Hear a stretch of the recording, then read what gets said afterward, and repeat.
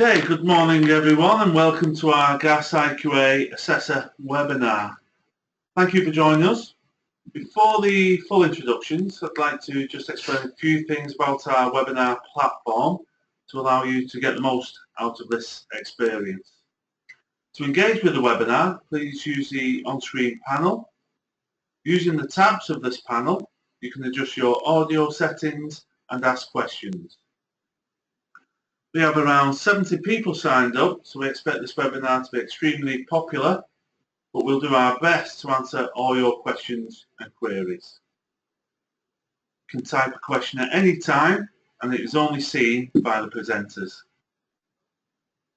One more thing, please make sure you are all on mute to limit the echo, and then we can begin. I'm David Pye, Technical Advisor for Building Services, and I'm joined by my colleague Rob Mallender. And this is what we aim to cover in the next 45 minutes, leaving time to answer all questions. So the webinar will be broken down into 6 areas. The first area will cover the new gas qualification paperwork. We'll then move on to the high-risk status of gas qualifications, and we will share some ideas of good practice IQA. We'll then discuss a little around gas qualifications are monitored and how they are audited by external bodies.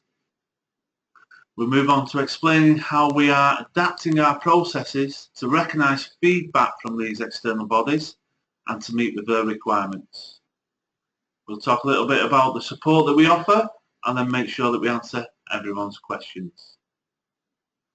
Thank you very much.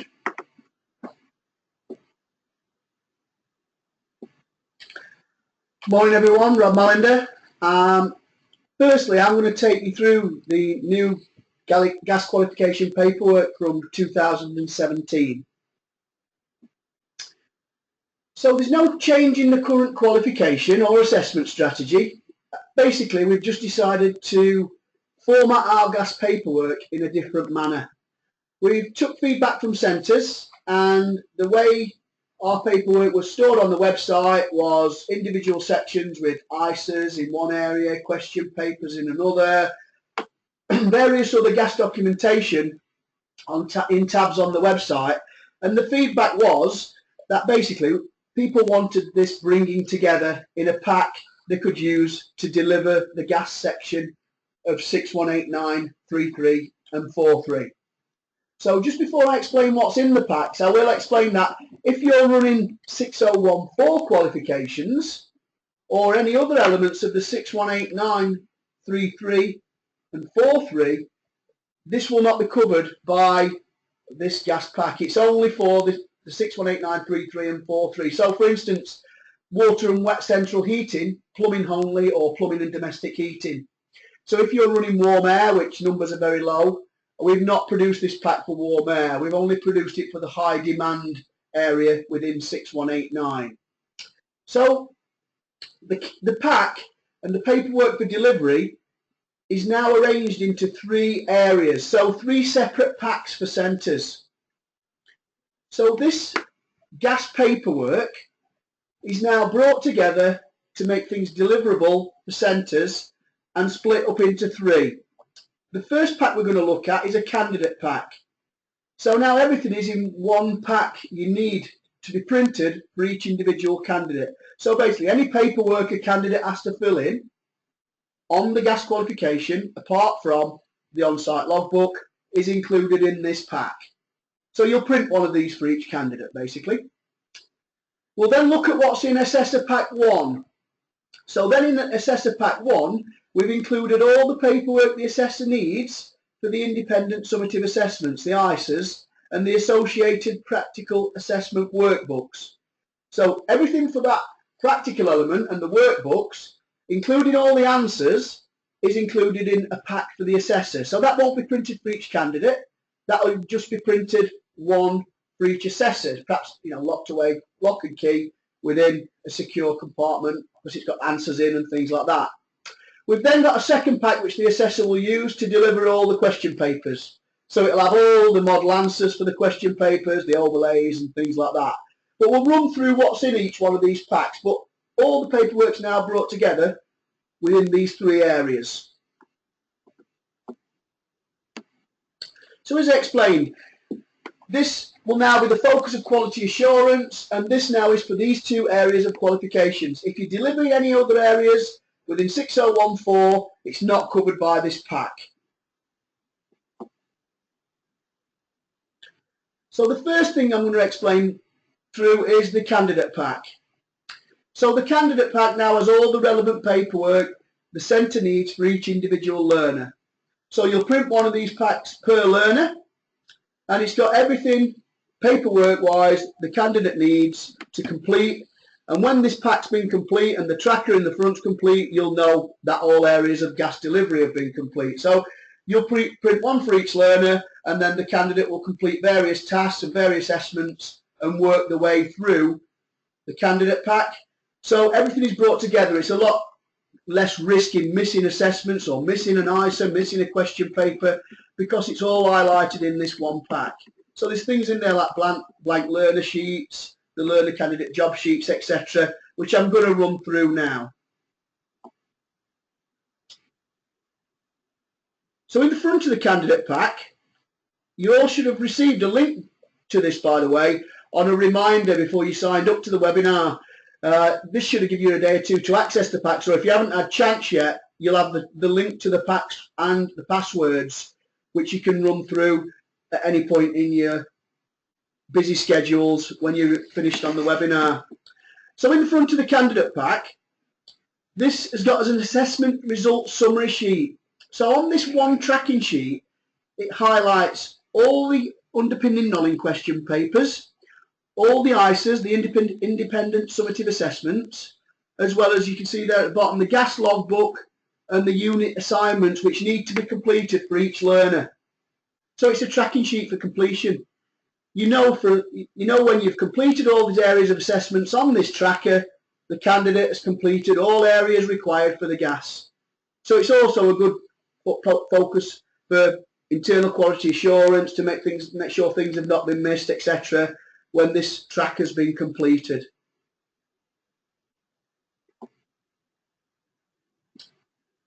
So in the assessor pack, in pack 1, this is all the general guidance on how to run the assessments, including all the paperwork required for the independent summative assessments and the associated workbooks. So in this pack, it's various elements. I'm not going to run through everything. I'm just going to show you the basis of the pack. But this is all the paperwork the assessor needs to run the ISAs, so the practical assessments and the associated workbooks. So there's things in there like the specific assessment requirements for the ISAs. So it tells you how to actually run the ISAs and the requirements for assessors, etc., as well as all the assessment paperwork the assessor needs. So route plans, example route plans, the practical assessment workbooks and rationales, model answers, as well as all labels and notices. So everything from a practical point of view, if you like, has been brought together in this pack. So this will be used to run the practical assessments in the workshop. So in the front of the pack, it includes all the information on how the relevant ISAs the candidates are completing relate to the relevant gas safe categories. So it's a question we've been asked, which ISA relates to CCM1, which ISAs do they have to complete? That's all now highlighted on this tracker. So as you can see, ISA 1 relates to CCN1. ISA 3 relates to MET1. So they can almost see what they're achieving on programs, so they can relate this to the actual ACS requirements, if you like, gas safe requirements. And they can also see at the end of the program there on the top table which gas safe register competence categories they're going to come out with at the end of the qualification. So it might be a question employers are asking, on completion, what will they come out with, what they're going to be able to access on the register and what they're going to be able to work on with regards to gas appliances. So it's a good area of discussion on induction when you're talking to employers, perhaps signing people up on program. There's some good information in these assessor packs. So the assessor pack includes all example route plans to assist the centre in completing the route plans for individual centres. So the route plan identifies all the practical elements of the qualification and where that, if you like, that evidence has been collated from. So it's got various things on this one as an example. You know, if candidates worked out ventilation requirements for appliances, identified spillage requirements on there. So it's almost telling the quality assurance people where the evidence has been gained from. It's a guide, it's a walk-through of the assessment. So it's model answers, obviously. The centre's route plan is the model answers for that ISA. So the quality assurance person within that organisation can use the individual route plans for the centre when they're quality assuring candidates' paperwork. So there's an example route plan there on screen, and then the actual centre will complete their own route plans which relate to their own appliances and their own evidence.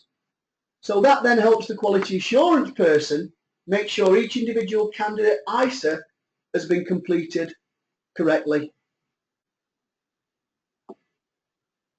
As well as that, when working through the practical tasks, the candidate has to fill in the candidate pack practical assessment workbooks.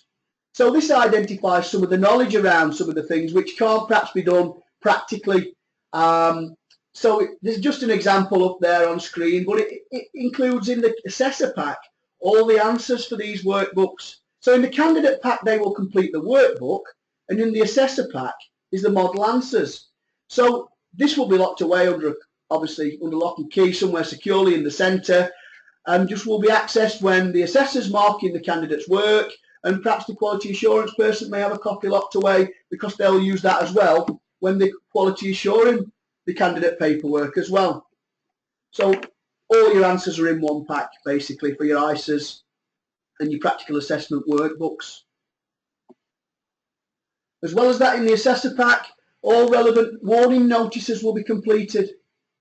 So you've got documents needed to deliver the assessments in various elements, and they have to identify various labels as part of practical assessment workbooks and perhaps some of the ISAs. So you might print some of these off if required, but they'll all be there in one pack in the Assessor Pack 1. So all your workshop practical element and associated practical assessment workbooks and answers are all included in the first Assessor Pack. So that's Pack 1.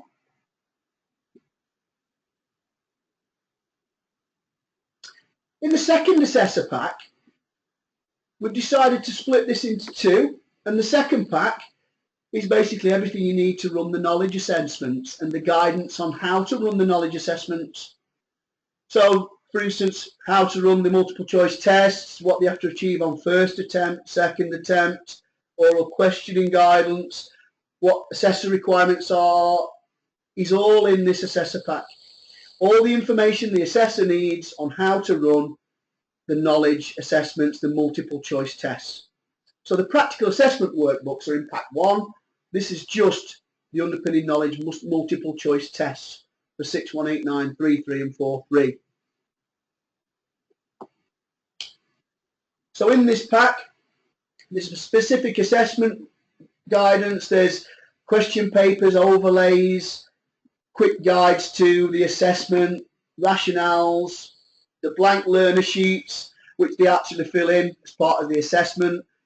That would be printed as required per assessment, but there's a copy of that in the candidate pack as well. So you would print that per multiple choice test. So that's just a snapshot of the introduction, if you like. We'll run through what's in that pack and what's included. So everything you need to run the question papers in one pack. So in the front, like there is the ISAs, example there, the top table, 618933, it tells you which question papers you've got to complete as part of that qualification. It identifies the number of papers. Those papers will be printed off per candidate and completed, recorded and quality assured. In the bottom table there, it tells you which question papers are relevant to which gas safe register competency. So the first pack had which ISAs were relevant to, let's say, CCM1, MET1, and in this pack it identifies which question papers are relevant to CCM1, MET1. So you might run them in conjunction with each other to complete relevant areas. So you might want to complete, for instance, core gas safety, your CCM1 first. So you'd run 1, 2, 3, 4, 5 and 6 question papers and the relevant ISAs, and maybe get that out of the way first, get that quality assured, and then move on to some of the other areas. But that would all be recorded on the tracker within the candidate pack to make sure nothing had been missed as part of the qualification. So in the assessor pack as well, all the assessment papers are in there. So you won't print one of these for each candidate. You'll have a set of question papers. Centres usually assess 1:4 ratio, so each assessor might have 4 copies of each question paper, which they can use, or dependent on how many candidates you're assessing at one time, you can print these, store them securely, and in the centre as required. Obviously, you might decide to run a group through a set of question papers in one go, and you might need more copies. So you really print these in line with as many candidates as you're assessing through the multiple choice tests. Obviously, this will be kept securely because the answers to the question papers are also in there and a point of reference to assist with delivery, and also any oral questioning you may need at the end on the 3rd attempt. So the papers will be printed accordingly and stored, and the answers would be securely kept and used to mark paperwork, and centres usually create overlays and things like that, which are also in the pack. So these packs will be refreshed every 6 months in line with Gas Safe Register requirements. The overlays will change every 6 months, so you might have to refresh this every 6 months. Not a City and Guilds requirement. We're not refreshing paperwork to make you reprint stuff. The Gas Safe Register disc, the disc of competencies, is updated every 6 months, and we have to update our assessment paperwork in line with that. So there's version control on that initial tracker as well to make sure you're up to date with the relevant version of assessment. And just be careful you don't get tripped up on that, because from an external quality assurance point of view, that will be something you checked upon. So for instance, unsafe situations has recently changed for gas delivery. If you're using old ISAs and question papers, then the knowledge may not align to the current Gas Safe Register requirements. So that's why we have to refresh that paperwork and those requirements. But all your overlays are in there to mark things as well.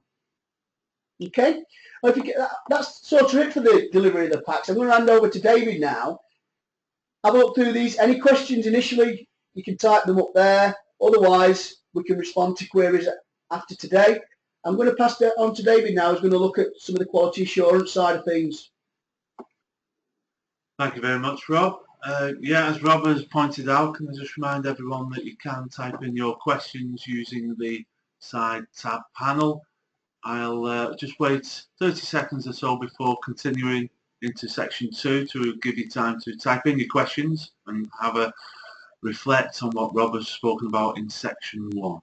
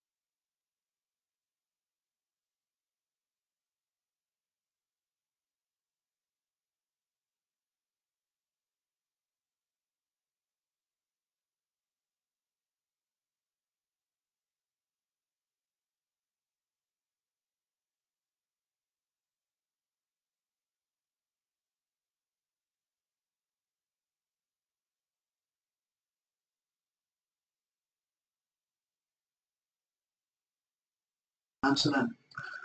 Okay, thank you very much everyone. We've given us a chance to have a look at some of those questions, and we can try and respond to a few of those before moving on, but we'll build in more opportunities as we go to take more questions.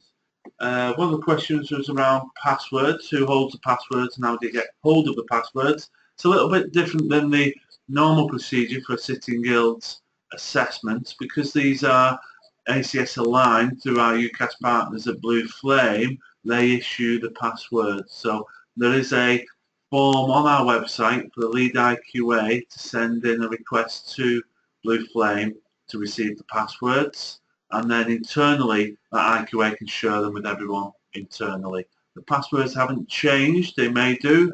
As they do change, we will alert people to request new passwords, but as yet they are the same. Another question about or several questions really, around the dates and when will we hear about changes to paperwork, how frequent are they? They are approximately every April and October. So there is a guide there. However, we will send out an alert and a summary of what those changes are. To save centres having to look through to see if there's major or minor changes, there'll be a brief summary on what the change is, and that'll come out through an alert. So after April and October, that's when we get notified of the changes from GasSafe. We're targeting then approximately 1 month to update the assessments, update the packs, and as David says, then we will send that out on an alert to centres with a brief summary of changes. So you won't have to. Another thing was a question was around blank pages and assessment paperwork at the end of packs, etc. You won't necessarily have to reprint all these packs every 6 months. It will identify in the summary what the changes are. So for some of the assessments, there will be no change. So you'll have your current paperwork and it will still be relevant. So you might decide you need to reprint one of the multiple choice question papers. One of the ISAs might have changed slightly, so you might have to reprint that. But you're going to have basically a new document you can print from. You won't have to print the whole pack. So for instance, the multiple choice question papers, there's blank sheets in there to fill in for the assessor, for the candidate, etc. You print them accordingly.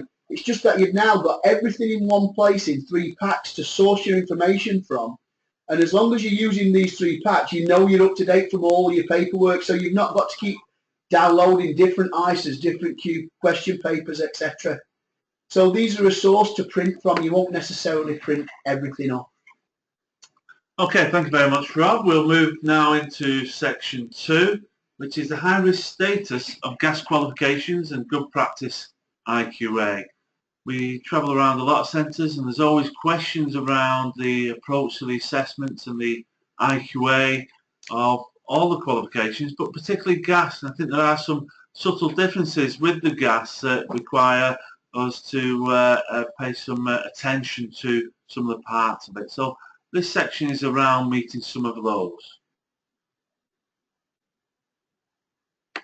So, managing risk. Factors that impact on IQA planning and sample planning. First of all, the size and maturity and the complexity of the centre. You may have a very small centre with just a few assessors all in the same room. Some centres have satellite centres and they're running assessments, different assessments at different parts of the centre. That would create a more complex structure to the assessment process, and therefore there would be a higher risk because we're having to collate and ensure standardisation across many satellite centres and assessors. This leads into number 2, the number of learners, tutors, assessors and IQAs.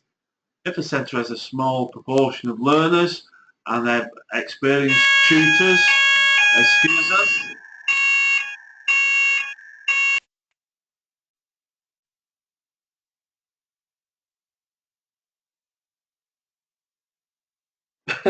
okay, apologies about that. That's just the weekly fire alarm. We'll continue. Yeah, number of learners, tutors, assessors and IQA. So a centre may have a small amount of learners and very experienced tutors. The risk would be less than if a centre had large numbers of learners across various different tutors and assessors all taking different parts of that qualification. Again, the risk would go up because we're having to ensure standardisation across many more learners and assessors. Number 3, the centre model. Is it dispersed, centralised? Is it a consortium? Very similar to number 1 when you're looking at the size and complexity of the centre.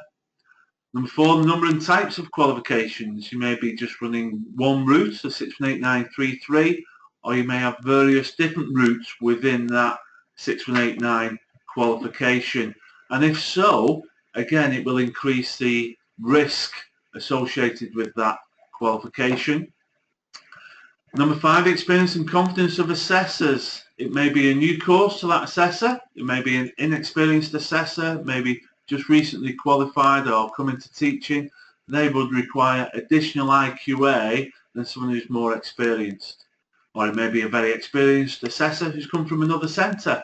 You've never worked with them before, although they got identified experience on the application and CV. Because they're new to your centre, we would expect additional IQA in the first 6 months to ensure that they're working to your own practices and standardisation. Number 6, any changes to the qualifications or teams. If there's a change in your staff, that would have probably changed your sample planning. But again, we've already identified and discussed that these qualifications change every 6 months in a subtle way in accordance with assessment. And therefore it increases risk on the qualification because we have to ensure that we're always up to date. The number of sites, satellite centres or subcontractors. So if you're subcontracting some of this assessment to another centre, again that would increase risk. And number 8, which we'll probably concentrate on a little bit further, is problem units, areas and licence to practice. With this leading to ACS and therefore a licence to practice in the gas industry, it's automatically a more high-risk qualification.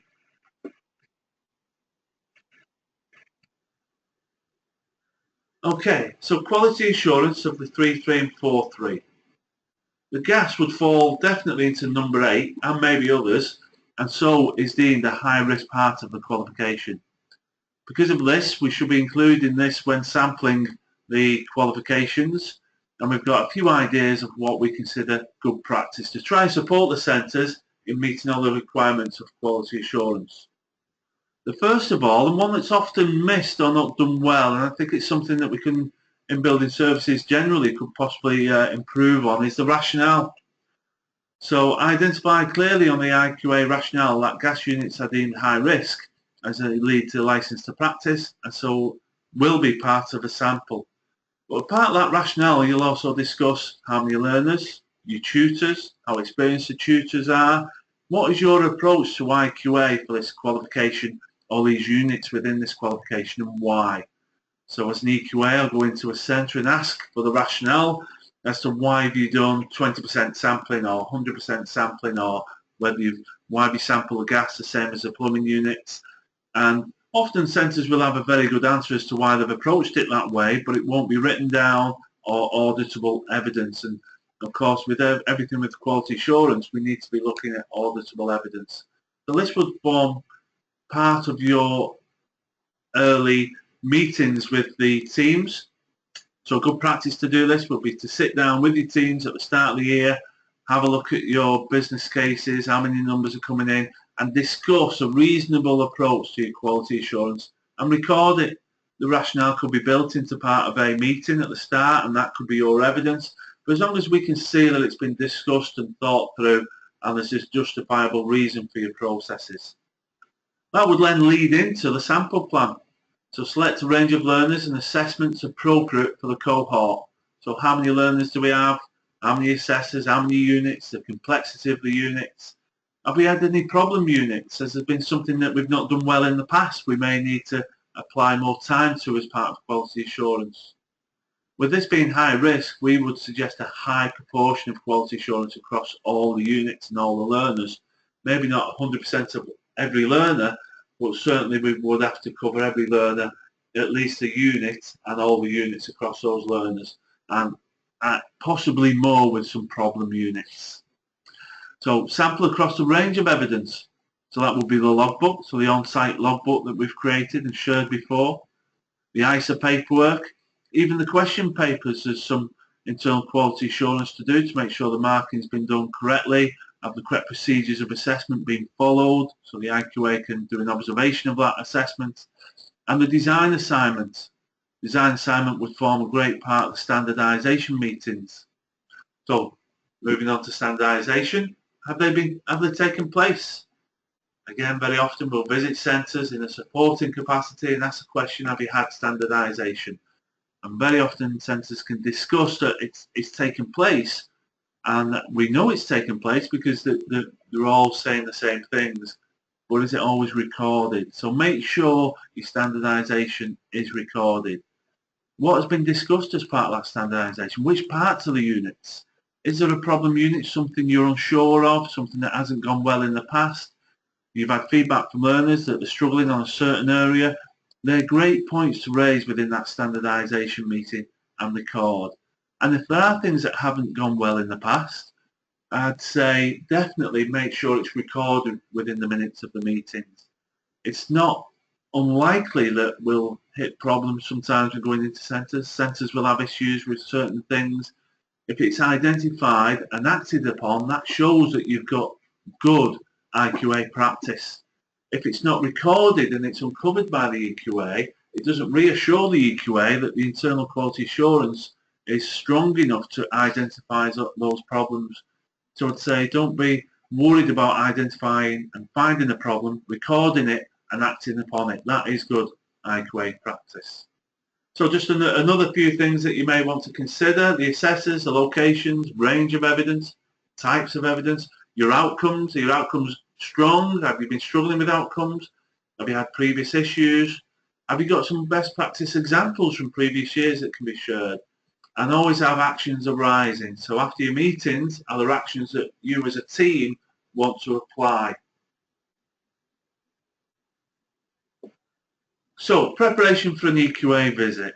Again, and we think this is a really good thing to discuss with centres, because there's often a lot of apprehension about the EQA visit, and we want to relieve a lot of pressure and concern over it and support you in preparing for it. So a couple of key points: review storage facilities for written papers and the process for running those question papers. Does everyone in the team understand that process? Do you have a certain room that is used for it? How is that process undertaken? Review the version of assessment packs. The EQA will come in and ask to look at the assessments. If they're out of date assessments, then it would be a bit of a red flag that the procedures in the centre are not running as slickly as they should be. And the third one I think is a very important one. Prepare to walk the EQA through your IQA planning and processes for the gas units. With this being a high risk area, the EQAs will be spending quite a lot of time looking at the gas procedures when they do their EQA visit.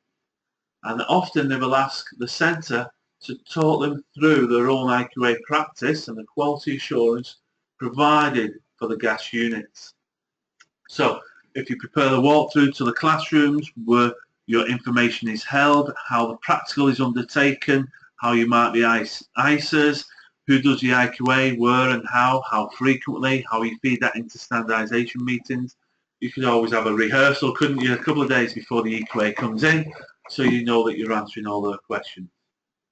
Are the assessor inductions and annual reviews up to date?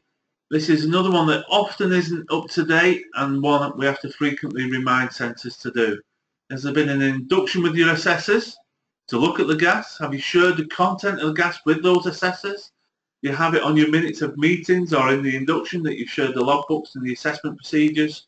Have you identified CPD? Is there a weakness with that assessor that needs to be addressed to ensure they can do that activity to the best practice? You have the certificates available. Are they up to date? We know that our ACS only lasts for a certain amount of time. Have we kept on top of that to ensure that it is up to date? Quite a lot of work there. It's administrative work, but what it will do is ensure to the EQA that you're on top of your own quality assurance. Is the monitoring that you've planned at the start of the year up to date? Often we'll see very, very good planning, but it hasn't been carried out. Now, often there can be a reasonable reason for this, and you don't have to carry out your IQA activity exactly as the plan requests it to be done, and we're aware that things may change as part of that journey. but are you aware of those changes, and have you put actions in to address them as it ongoes? And of course, the most obvious one, I think, is all the paperwork available.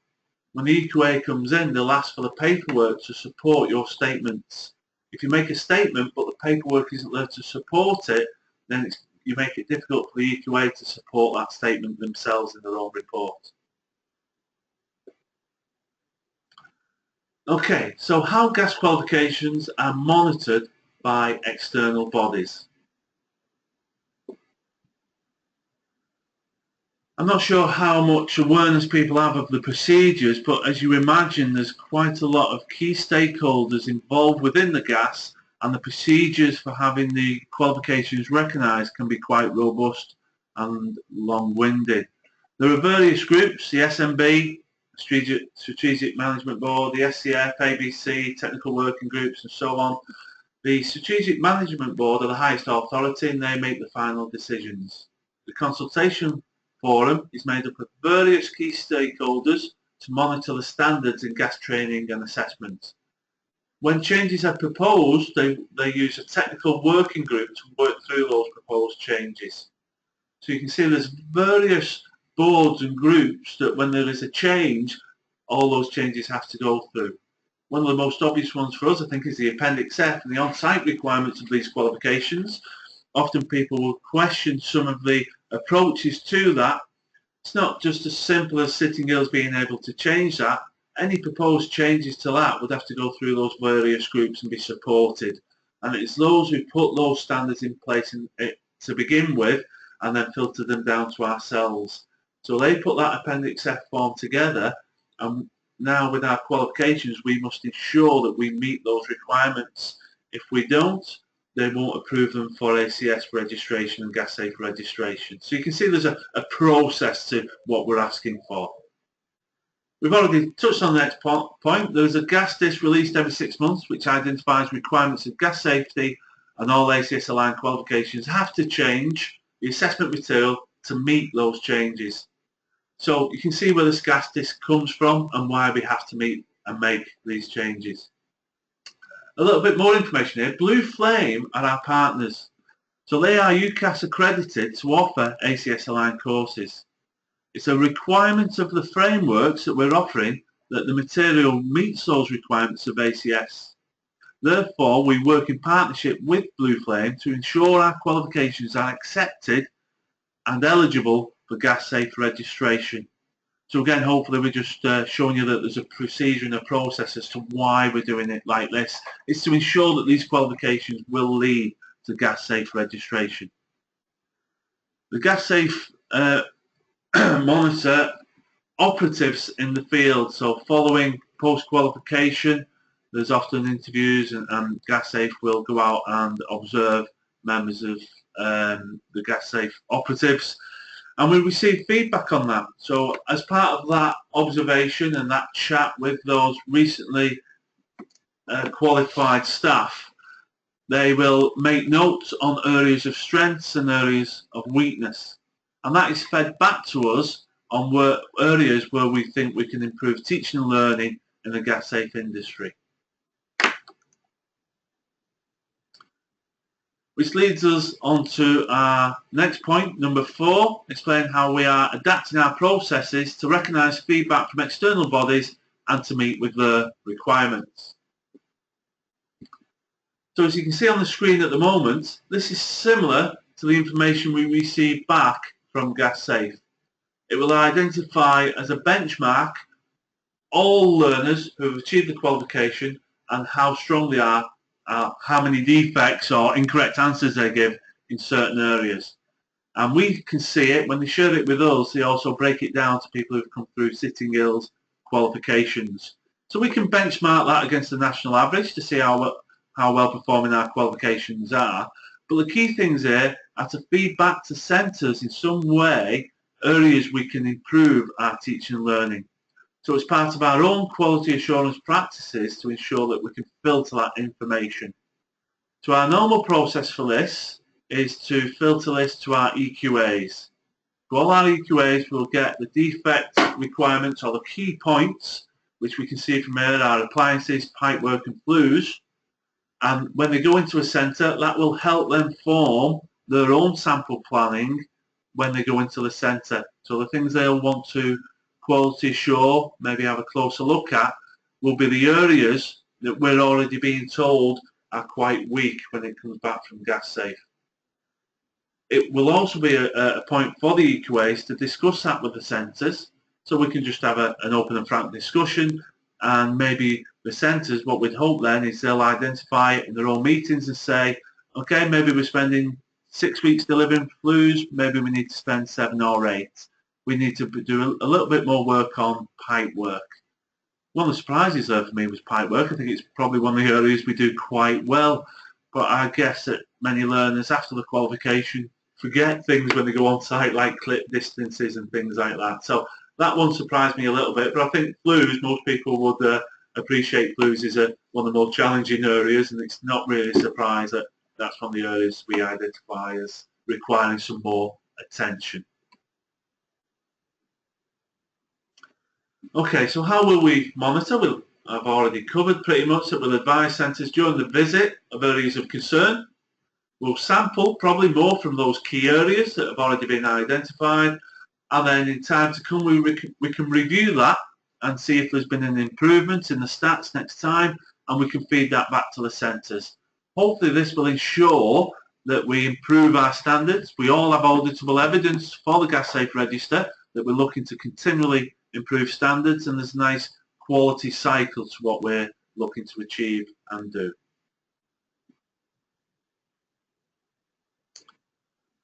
Okay, so we're going to move on to support, just a very brief chat around support, and then we'll move on to questions.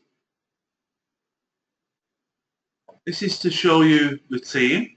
Hopefully you're all aware of the advisors, myself and Rob, and we'll help with qualification queries, new products, doing webinars, visits, follow-up support at centres. And we've left our email addresses on there so you can follow up after today. Another thing Sitting Girls have are business managers. Hopefully you're aware of your own business manager. If not, please contact us and we'll put you in touch with your business managers. They will help with general ordering issues, general registration issues. If you want to purchase products, it's always wise to go through the business managers who can hopefully get you a better price when you're buying products. Our industry manager is Salim Bisram. You may be aware of Salim. He's previously our portfolio manager. It's a slight change for his role where he does a lot more work meeting with industry partners. So it's great intelligence for us at Sitting Girls to have those strong links with industry. And then any of the digital products that you may be looking at, you may use or may want to consider in future, like SkillZone, ePortfolios or SmartScreen, you can always follow digitalsales@sittinggirls.com as an email. Okay, questions and answers. What we'll do is we'll just mute you for about 60 seconds or so, 1 or 2 minutes, give everyone a chance to reflect on what we've discussed, type out all your questions, and then we'll start answering all the questions in a couple of minutes. Thank you.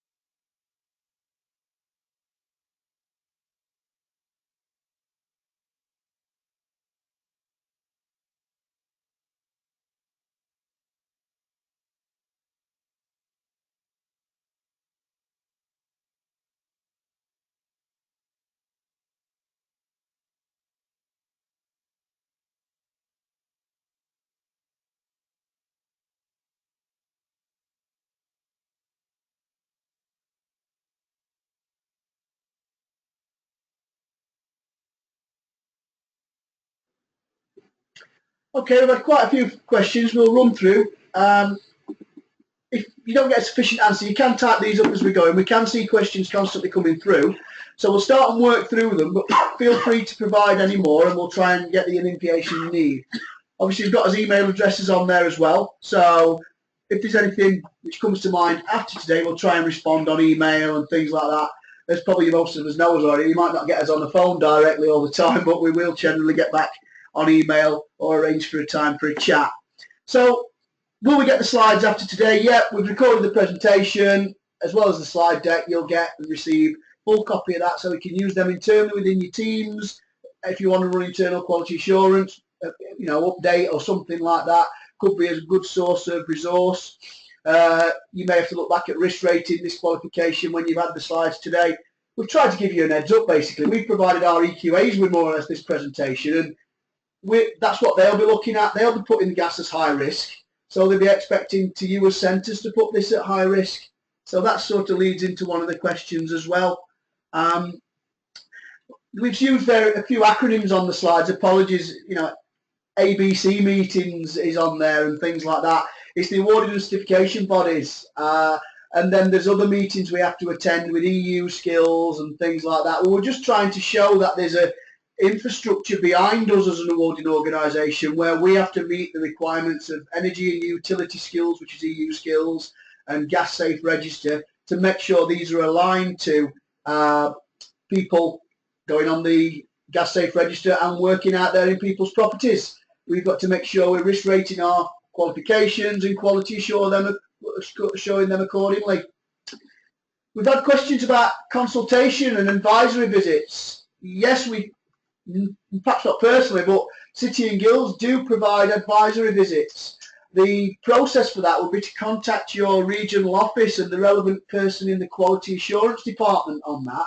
And it would be the EQA probably would come in and do that advisory visit, because we want that constant chain of information. We don't want conflicting information coming in from various parties.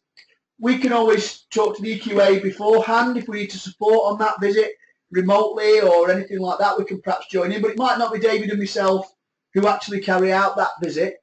But we can facilitate that if you want that as internally as organisations. What I will say, we have got a part of the company called Advance, and they do events for quality assurance improvement across the board. So it's not, this is really how all quality, how all systems should work now, risk rating, qualifications and quality assurance.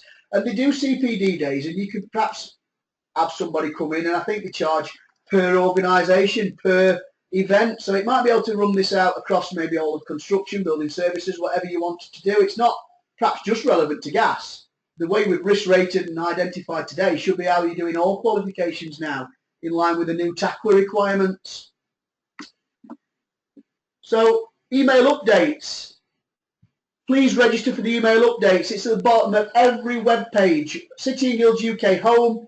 Drop down to the bottom tabs where you can see Smart Screen and Wall Garden and things like that. And on the far right, there's a little tab there called Email Updates. Drop your email address in there. That's how we'll be notifying when this disc has pulled into then our paperwork being updated. So you'll get a notification through email updates that the paperwork's been updated. Here's the new packs. You can print off this pages, etc., and we'll give a summary of what the new changes are. So that's how we'll be informing centres, probably a month after the April and October discs come through, when that's been completed. So make sure you're registered for that. Thank you, Rob. Yeah, we've got another question on the on-site portfolio. It's thought that the requirements of the on-site for City and Guilds qualifications is more than what people may have seen at other centres. I assume that's because other centres, it may be that the learner was doing the ACS qualification. So if someone does a City and Guilds 68933, they will get a full plumbing and heating level 3 gas qualification. The on-site requirements are derived from the Appendix F, which was developed by those various groups we showed you earlier on the slides, and any qualification, whether it's from ourselves or another awarding organisation, leading to a full plumbing and heating gas qualification will have to meet requirements of Appendix F. So we've been given those on-site requirements. If they don't achieve those on-site requirements, they cannot achieve the full qualification. someone doing the direct entry through an ACS would have to prove experience of working on site, but that's only entrance onto the ACS assessment, and they will only get an ACS certificate at the end of it, which we know only lasts 5 years. Our qualification will last forever, although we know that the registration requirements are only for 5 years, but the learner still has that full level 3 plumbing and heating apprenticeship aligned qualification. So yes, there can be differences between a qualification and a direct to an ACS, but there are also different outcomes from those, and it's derived from the Appendix F, which is given to us from various other awarding certification, what's the word? Bodies, yeah, groups and bodies, sorry, thank you. Okay, there's a couple more. Centre uses ACS, so what is there to check? Well, there's still on-site evidence to check as part of the ACS. So what we have done is, instead of taking the answers and the question papers, a centre could put the learner through the ACS and RPL it over. However, there are some caveats with that which are written into our on-site logbook. And even if a learner does do the ACS, the learner still needs to meet the requirements of Appendix F because they're getting the qualification, not just the ACS aligned. So in terms of IQA, the IQA and the assessor will still have to carry out all the on-site performance evidence and still IQA that. And part of the IQA would also to be checked that the ACS has been certificated and those dates are within the required dates as part of this qualification. Will the EQA check our ACS evidence? Yes, they will look to see that the certificate of ACS is within that pack, because a centre will be applying for the full qualification, which will give the learner another 5 years from that date on the register. So we need to know that it's available, it's current, and all the on-site has been met. We want to use centres want to use their own evidence and not City Guild's logbook. Is that possible? Yes, if the requirements are that you meet all requirements of Appendix F. We've written a logbook. We've tried to make it easy for centres and learners to meet that evidence. Some centres have said to us, Dave, Rob, that's a lot better. There's a lot less to do now. And we said, well, no, not really. It's the same amount of work. We've just made the admin a lot easier to record. If a centre doesn't want to use our logbook, fine, they could use their own evidence, but it would still have to meet all the requirements of Appendix F, and it may require extra IQA and EQA because we'd have to familiarise ourselves with that product. So I suggest it would be easier to use our logbook and probably quicker and easier for the learner, but we couldn't insist on it. Okay, we wish to use ACS entrance requirements for on-site evidence, can we? So what some centres will do is use our Appendix F logbook, meet those and try to use those as some of the entrance requirements to sit ACS. It will contribute towards it, no doubt. You could use that. We wouldn't be worried about that from City Guild's point of view. But if you were using a separate certification body, they will probably have their own requirements to be met, which should meet the same as ours, but may be different. Just be cautious over that. Another question which is similar to what we had before, learners don't have to do this much for ACS, so why do they need to do more for this qualification? Because this is an apprenticeship qualification, it includes gas and is aligned to ACS rather than someone just getting an ACS certificate at the end of it. So there are some, what the industry would class as whole job competence through doing this route. They class these routes as whole job competence, and it's the preferred route into the industry, where the ACS tends to look more at gas safety requirements and making sure that a learner can identify and leave gas installations safely, but not necessarily identifying whole job competency, which this qualification does. So that's why it may look and feel as though there's more involved in this process. Okay. Okay. Just a quick query on email updates. Question: if I've got a copy, if I've had confirmation of the webinar and I receive a copy of the webinar, does that mean I'm signed up to email updates? Other queries around email updates, you know, who will get the update, things like that. Basically, anybody can sign up for email updates. You click on the bottom tab, like I said, on City & Guilds UK Home or any of our web pages. It's at the bottom of the screen. sign up for that. It's for assessors, it's for IQAs. You can tick which qualifications you want information for. So you might cover plumbing as well as gas, and you might be the IQA for electrical areas, or you might be the manager and want information across all building services quals and construction. You can tick what information you want to come through. So no, just because you've got confirmation of today's webinar, you will not automatically be signed up for email updates. It's a different format. We use a different structured system to run the webinar, and it's nothing to do, if you like, with we use GoToWebinar. It's nothing to do with the City and Guilds website. So you will have to sign up independently for email updates. But please, you know, anybody, encourage all your teams to sign up. That's the way we provide and keep centres up to date. We've had another question around why, you know, typing up ISAs. Can we type them up? Because we don't want to have to start rewriting whole pages when the packs get updated. You'll have a candidate pack, and you will work your way through that candidate pack. Every 6 months, we've had quite a significant change probably with the unsafe situations recently, but every 6 months the criteria changes within this pack. Very little, usually. So you won't have to reprint the whole pack. We'll identify when we send the update out what the minor changes are, and it might be that the actual pack doesn't change for the candidate. Or what will change is that the overlay changes for perhaps one of the question papers, and because really that's what changes a lot. It's the, you know, the general practical stuff, and the ISAs doesn't change that much. It's generally knowledge stuff. So the question papers change generally. So you might have to reprint one of the question papers to keep it up to date, which means then the overlay changes you mark it with. But the actual candidate pack, that won't change, because that will still remain. You've got your tracker in your front, and as long as they've completed the relevant question papers, it won't mean rewriting stuff and start filling in new packs every 6 months and things like that. It's not structured in that format. If you do have to change any sections of the paperwork, you'll just swap or implement an extra sheet, print that sheet off and implement it at the back of the pack, and then partway through the pack just refer to the new sheet at the back. We won't be expecting you to start filling in whole packs again at the end of every 6 months. Okay, thank you. We've got another question around the portfolio, similar to the question earlier, really. It won't cause a problem, I'd say, if you use an e-portfolio. I think it might be just a bit more difficult, because when we created our logbook, we cross-referenced all of the activities within there to Appendix F.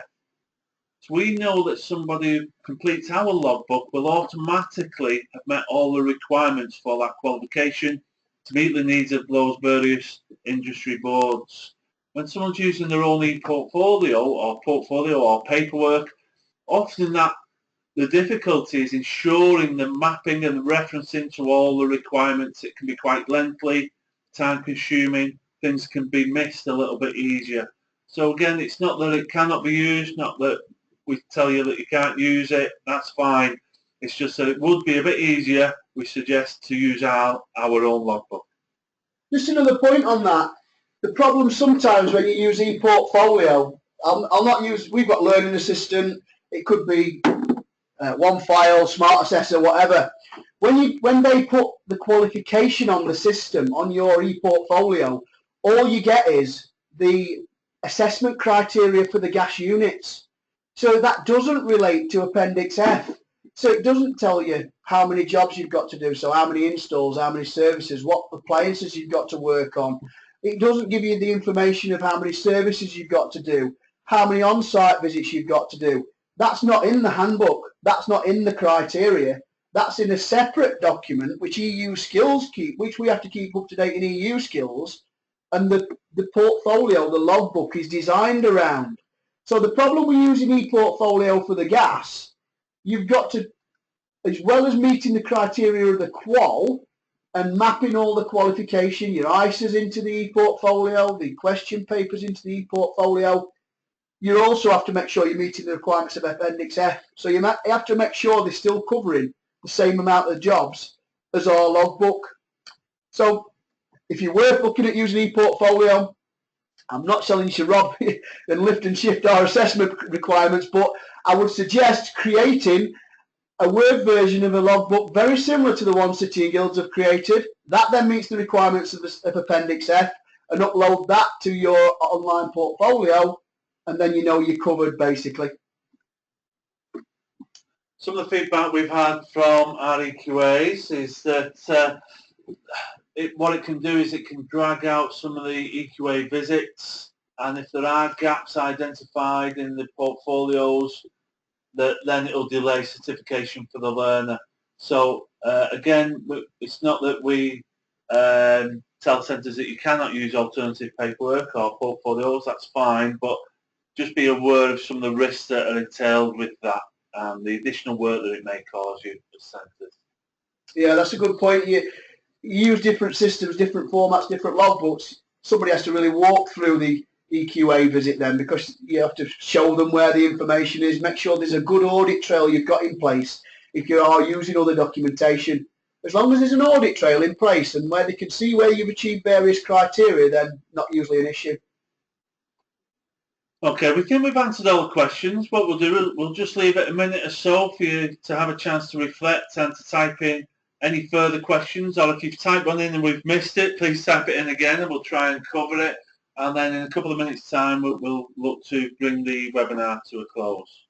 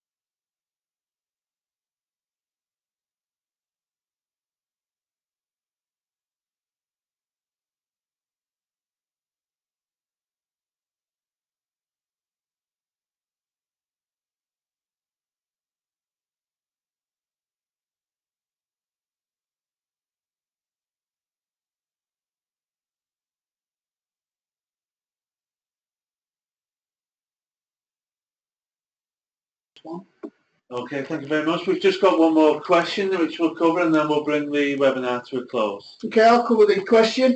Do learners have to switch straight away to this new paperwork? No is the answer. The current ISAs and question papers which are on the website at the moment are up to date with the Gas Safe Disc. So just ensure you're using the updated current version of the ISAs question paper in relation to our website, ready for quality assurance purposes. But you don't necessarily have to switch to this pack.